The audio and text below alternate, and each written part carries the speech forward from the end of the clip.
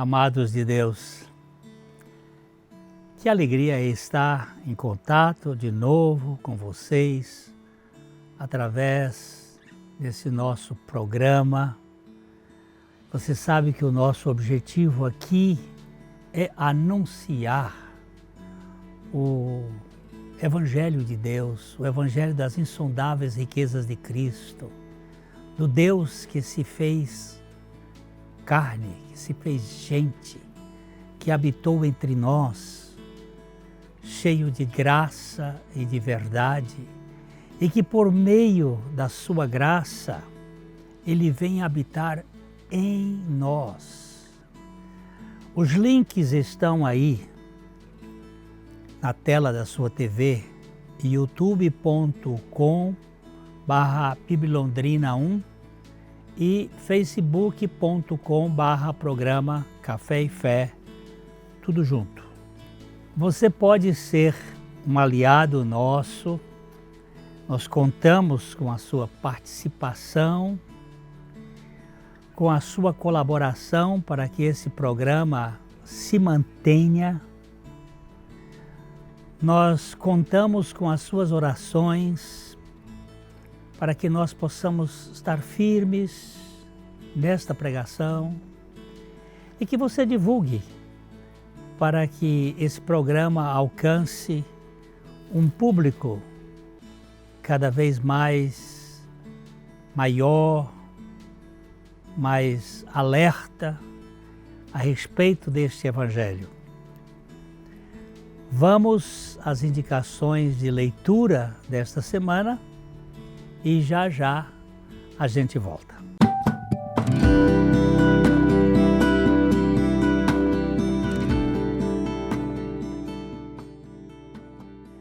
Hoje eu trouxe um livro aqui para a sua estante.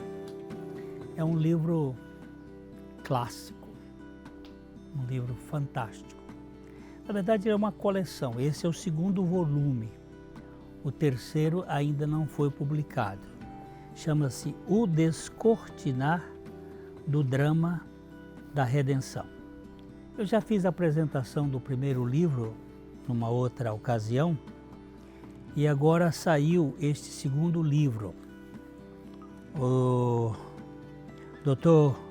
Scroggie, que foi um homem maravilhoso na Inglaterra, ele levou 40 anos para escrever esta obra, que está em 3 volumes. O Descortinar do Drama da Redenção. E ele faz como se fosse realmente um drama. O livro propõe a seguinte divisão. Um prólogo, que é Gênesis de 1 a Gênesis 11:9, o primeiro ato, que é Gênesis 11:10 até Malaquias, o interlúdio, que é o tempo entre Malaquias e Mateus, o segundo ato, que é de Mateus a Judas, e o epílogo, que é Apocalipse. Olha, pensa num curso de teologia que você pode ter em sua casa. Esse livro aqui é fundamental. Os 3 volumes, espero que o terceiro volume saia logo antes de Jesus voltar, que vai ser uma bênção. Se você precisar dele, pode entrar em contato com a livraria da PIB Londrina e você terá a condição de receber em sua própria casa.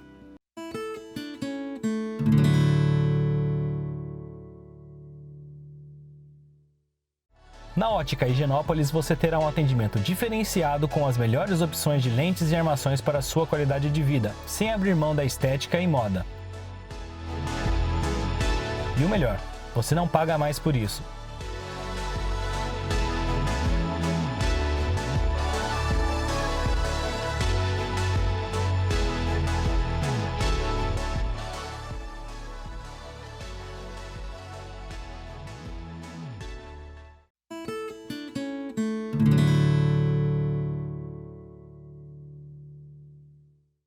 Hoje nós gostaríamos de abordar um tema assim interessante ao meu ver, o perigo do negócio sem ócio.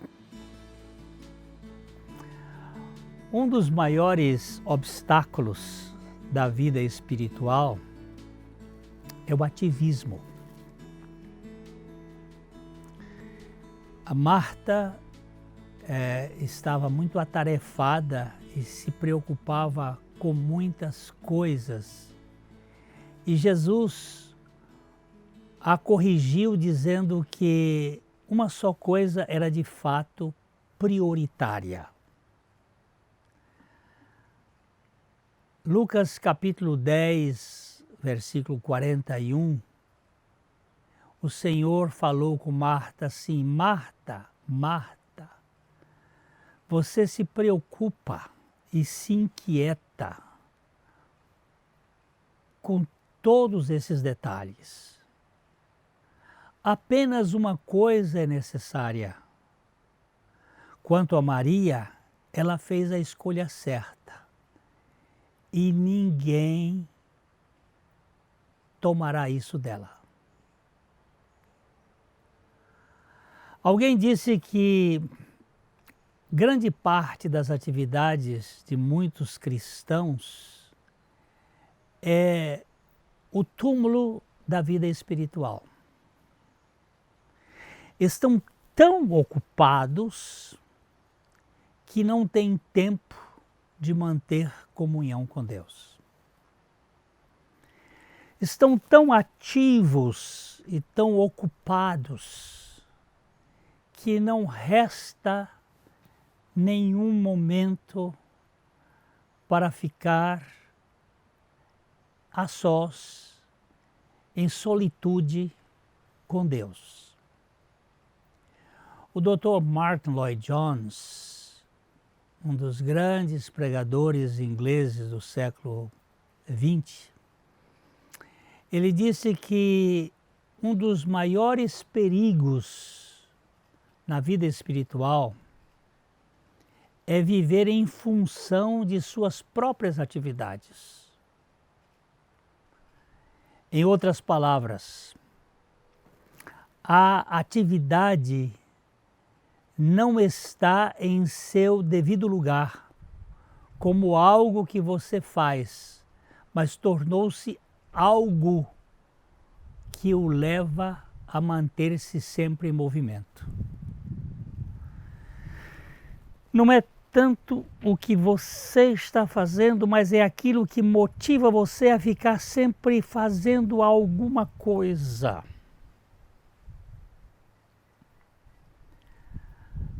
Isto é como o moinho que se move o tempo todo, mas não evolui. É preciso equilíbrio. Viver neste ativismo constante, numa ideia de prestar sempre contas de que você está fazendo alguma coisa. Eu sofro com isto. Eu tenho problemas nesta área, de estar fazendo e não estar descansando no Senhor. Santo Agostinho, ele fez uma afirmação muito interessante. Nenhum homem tem o direito de levar uma vida de tão grande contemplação a ponto de negligenciar o serviço devido ao seu próximo. Nem tem o direito de entregar-se de tal forma a uma vida ativa a ponto de esquecer-se da contemplação de Deus. Você prestou atenção nesta frase? Agostinho foi muito preciso. Nenhum homem tem o direito de levar uma vida de tão grande contemplação, o tempo todo contemplando, a ponto de negligenciar o serviço devido ao seu próximo.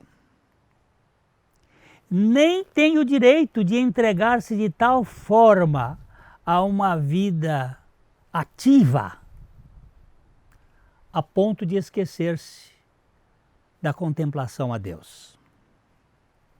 A grande necessidade da igreja em qualquer tempo, mas especialmente em nossa época, é de saber priorizar e adequar as suas ênfases.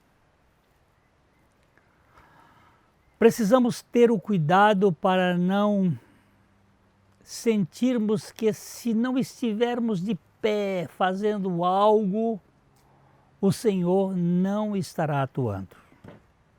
Se nós não estivermos agindo, o Senhor está imobilizado. Deus é soberano e pode fazer tudo sozinho, mas em sua soberania, Ele nos colocou nos seus planos para que nós, em sua dependência, vivamos para a sua glória, em sua parceria. Isto é importante que nós entendamos isto. Assim, nem o ativismo desenfreado, nem a contemplação inativa. Nós precisamos de equilíbrio. Alguém disse que é possível ser muito ativo no serviço de Cristo e esquecer-se de amá-lo. Está tão envolvido com o trabalho que não tem tempo da comunhão. É algo mecânico, sem a dinâmica do Espírito.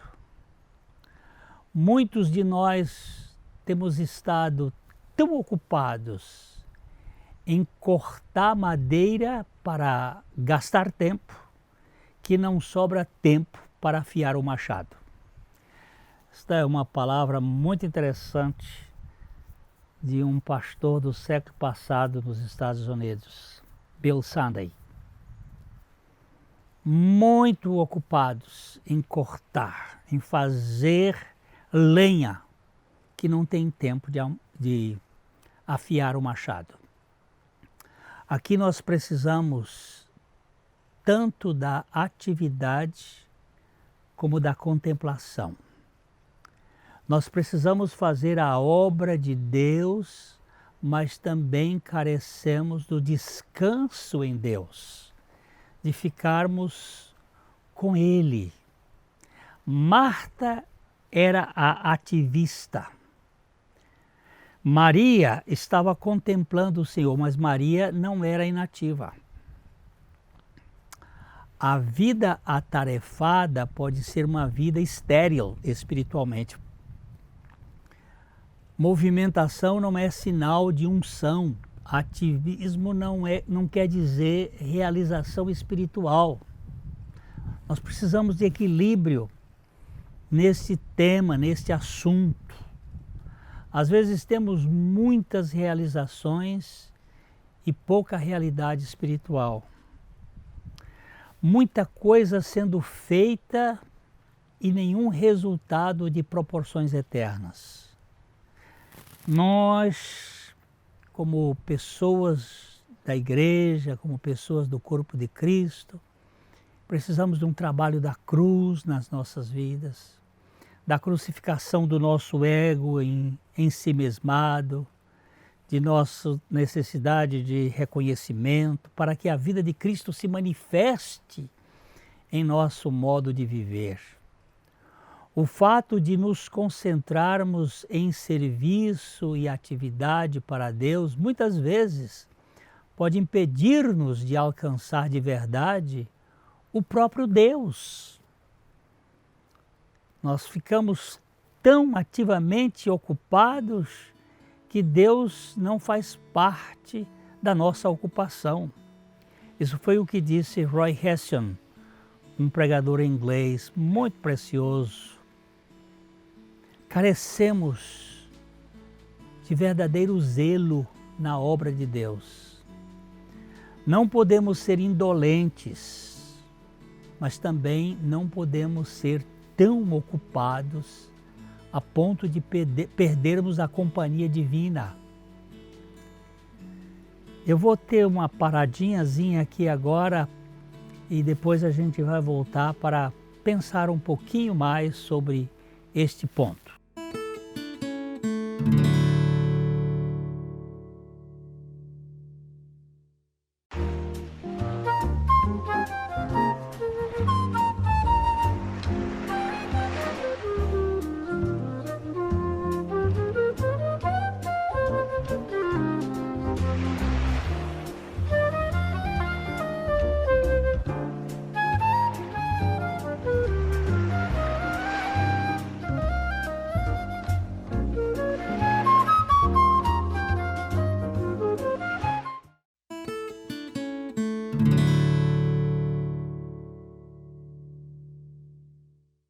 Olha, gente, ativismo nos negócios do rei não é desculpa para negligenciar o próprio rei.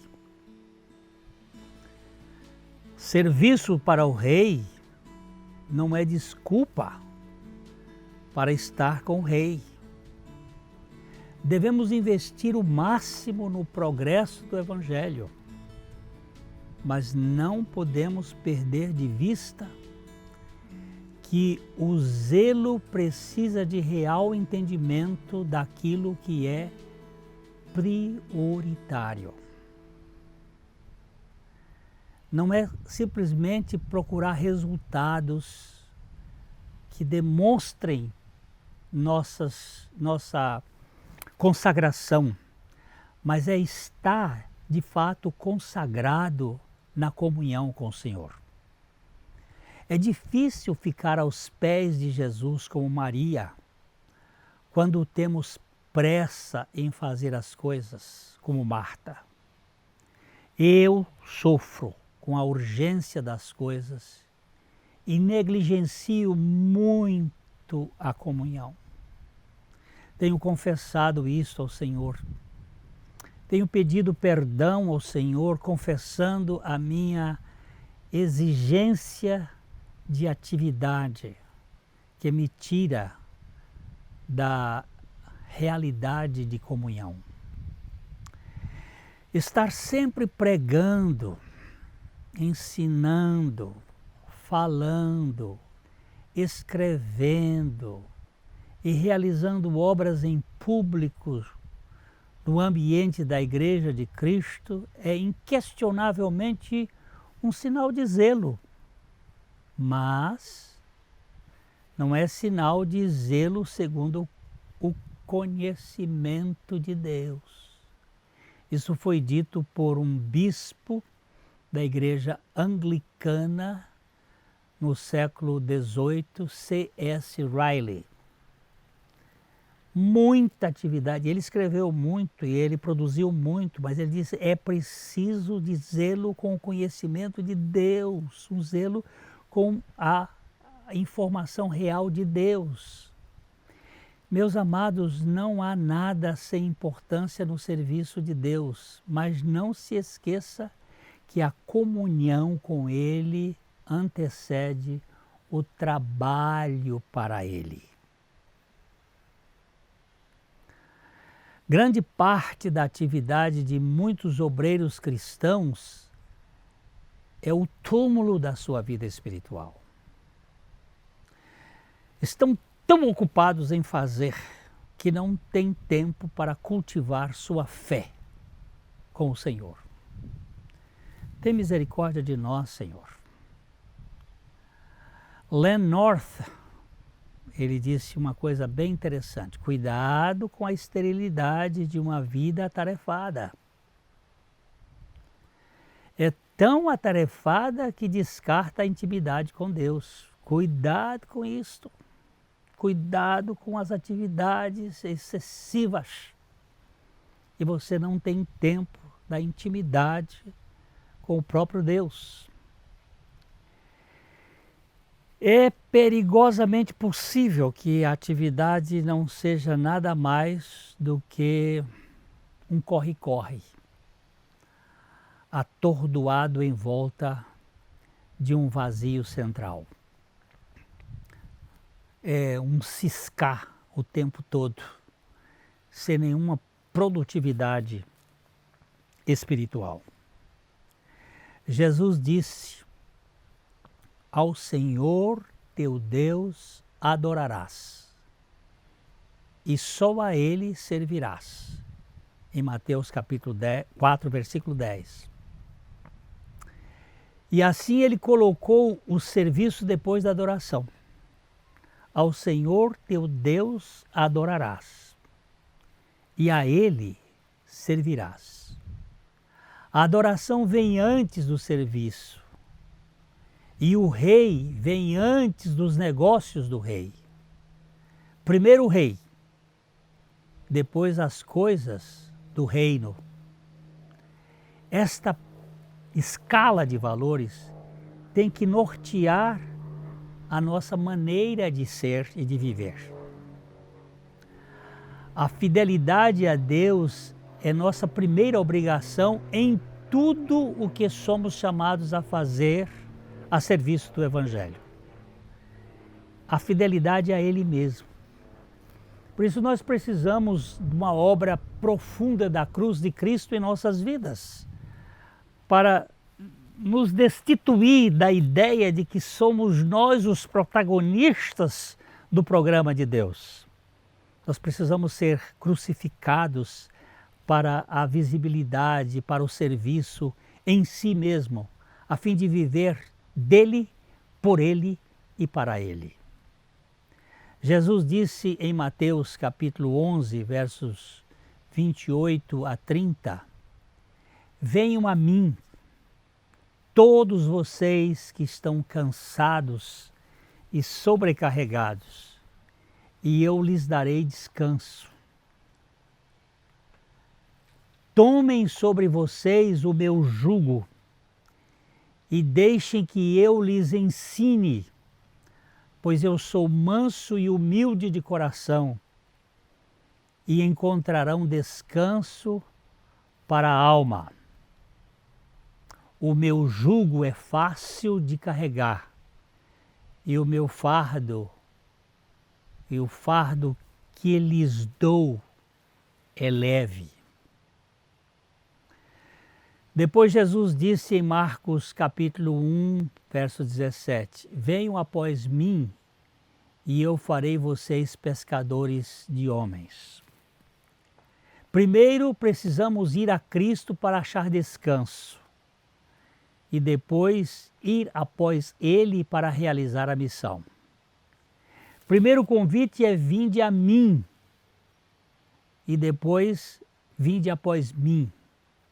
Vinde a mim para achar descanso, e ele põe ali um jugo. Aprendei de mim que sou manso e humilde de coração, e encontrareis descanso, porque o meu jugo é suave. Que jugo é este? Para mim, o jugo em que ele e eu estivemos juntos é a cruz, onde ele pôde retirar de mim a mim mesmo e colocar em mim a ele mesmo. Só encontra descanso aquele que conhece a obra da cruz e que pode ir após ele para trabalhar. Jesus disse, tomem sobre vocês o meu jugo e deixe que eu lhes ensine, pois eu sou manso e humilde de coração, e vocês encontrarão descanso para a alma de vocês. O jugo dele em que estivemos juntos foi a cruz. Nela nós ganhamos o fato da morte para nosso ativismo desenfreado e ganhamos a vida para a comunhão e a atividade produtiva. Jesus prometeu com esta obra da cruz nos ensinar em termos de mansidão e humildade. A mansidão fala da despreocupação do ter E a humildade fala da despreocupação do ser. A mansidão tira de nós a preocupação em ter e ter. E a humildade é a preocupação em ser mais do que outros. Nós nos cansamos com a preocupação de ter cada vez mais e nos enfadamos por não sermos o que idealizamos ser. Por isso que nós precisamos ser tratados por Jesus. Precisamos, antes de tudo, do descanso do nosso interior, para nós podermos trabalhar eficazmente no exterior, sem sermos ativistas alucinados, que estão sempre querendo resultados para se promover. Um patrão dá ao seu empregado trabalho a fazer, mas não pode dar-lhe força para trabalhar. Contudo, Deus, assim como nos dá algo a fazer, também nos dá forças para fazer. E é preciso estar nele para poder ganhar essa expressão. No reino de Deus, o ócio antecede ao negócio, assim como o domingo precede a semana de trabalho. Na velha semana da lei, o ócio do sábado era resultado do negócio semanal. Mas na semana da graça as coisas mudaram. Primeiro o descanso com o rei, depois o trabalho em favor do reino. Como está a sua vida? O negócio antes do ócio ou o ócio antes do negócio? Você é dos tais que trabalha para descansar ou descansa para trabalhar? É isto que nós gostaríamos de ver sendo construído em nós. Os dois pontos têm que andar juntos: descanso e trabalho. Mas o descanso primeiro, a adoração primeiro e o serviço depois. Que Deus conceda a você e a mim a condição de entender isto e de viver nisto para a glória dele. A gente fala isto de coração para coração. Até o nosso próximo encontro.